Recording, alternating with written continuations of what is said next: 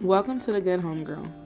I'm your Good Homegirl, Tay, and on this podcast, we talk about motherhood, current events, real life, healing, and whatever else is on my mind while making sure you feel seen and heard. Today, we are diving into a deep but necessary topic, going no contact with narcissistic and emotionally immature parents and how to heal from that trauma. So you guys have seen in a few of my other episodes where I've talked about my relationship with my birth giver. I've also, in a previous recent episode, I talked about why I chose to finally go no contact, what caused me to go no contact. And I know that this is something that we all struggle with. And so this is about to be a word, so just get ready. Because for so many of us, family is supposed to be our first source of love, support, and safety. But what happens when that's not our reality? What happens when the people who were supposed to love us the most are also the ones that hurt us the most? If you've ever struggled with guilt, shame, or fear around setting boundaries with toxic parents, this is the episode for you. So let's not take any time, let's get into it.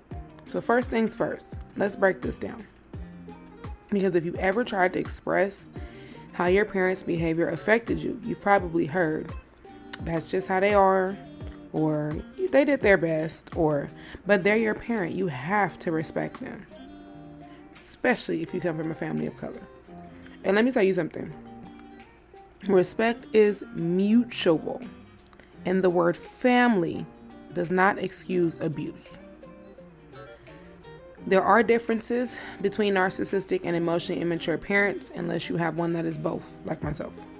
So, a narcissistic parent, everything is about them. They're controlling, manipulative, they lack empathy, they belittle you, they gaslight you, or they make you feel responsible for their emotions. Emotionally immature parents are not necessarily malicious, but they can't meet your emotional needs. They avoid deep conversations, they dismiss your feelings, and they make everything about their struggles.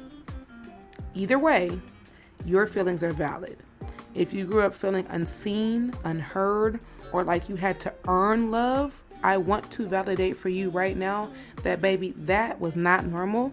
It was not and is not okay.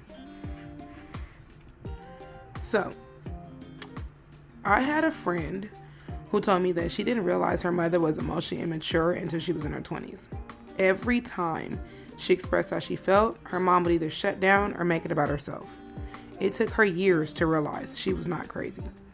She was just raised by someone who never learned how to be emotionally present.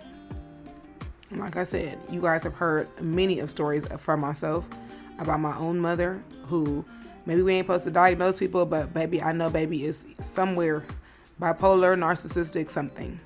There is very much something. So, anyway, does this sound familiar? And if it does, DM me or comment your experience. I would love to hear how you all are navigating this. Now let's talk about the thing that people don't like to hear. Going no contact. Because let's be real, society will make you feel like cutting off your family is a sin. But let me say this loud and clear. You do not have to keep toxic people in your life just because you share DNA. Going no contact means removing yourself from a relationship that harms you. And listen, it doesn't always have to be forever, but it does have to be until you feel emotionally safe. Signs it's time to go no contact. You feel drained, anxious, or guilty every time you talk to them. Have y'all noticed that sometimes your phone will ring and a certain person will call and either your nervous system is on end or you just immediately feel all of the energy leave your body? That's the sign. They don't respect your boundaries. Ever. This recent disagreement that I had with my birth giver, I literally set a boundary and just said, hey, I don't like when you say this. Because when you say this, this is how it comes off to me. Full-blown verbal abuse attack. Anytime when I was younger that I would try to express how I felt, she would tell me that I was acting like a white girl. Or she would just negate my feelings all the way around. I would try to talk to her about the abuse I endured as a child from evil stepmom. She would tell me that was the past and to get over it. They manipulate you with guilt, money, or obligation. This one, y'all, I could write a book. You find yourself constantly walking on eggshells around them. That is where I had gotten until I finally just decided to let it be what it was going to be. Because even when I would try to avoid disagreements or arguments, they would come and they would come with a vengeance. Every interaction leaves you feeling worse about yourself. If any of this sounds like your situation, it might be time to take a step back. I tried to go low contact with her first because every single conversation turned into a guilt trip. Like, no matter what I did, it was never enough. The day I decided to stop chasing her approval, y'all, that was the day I got my peace back. I literally felt a weight lift up off of me the other day.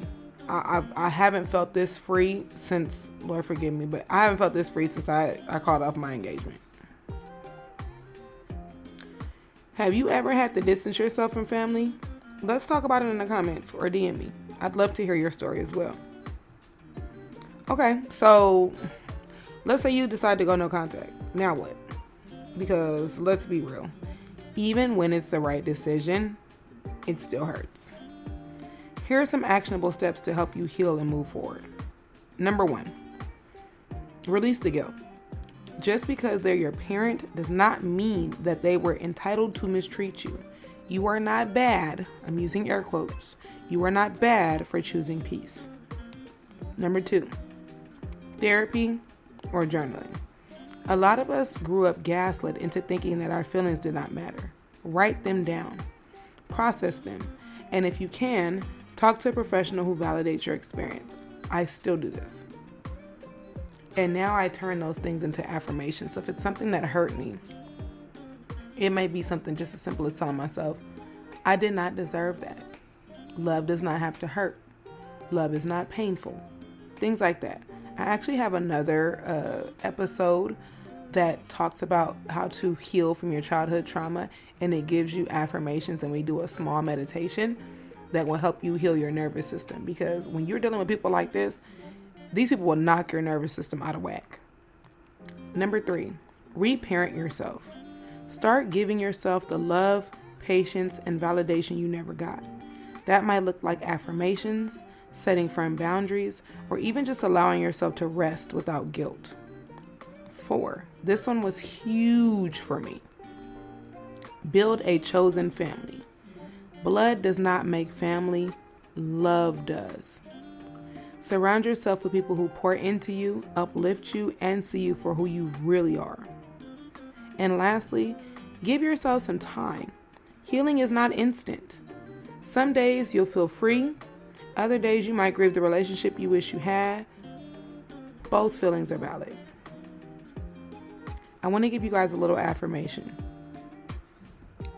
I am allowed to protect my peace. I release guilt. I deserve healthy relationships. I am allowed to protect my peace. I release guilt. I deserve healthy relationships.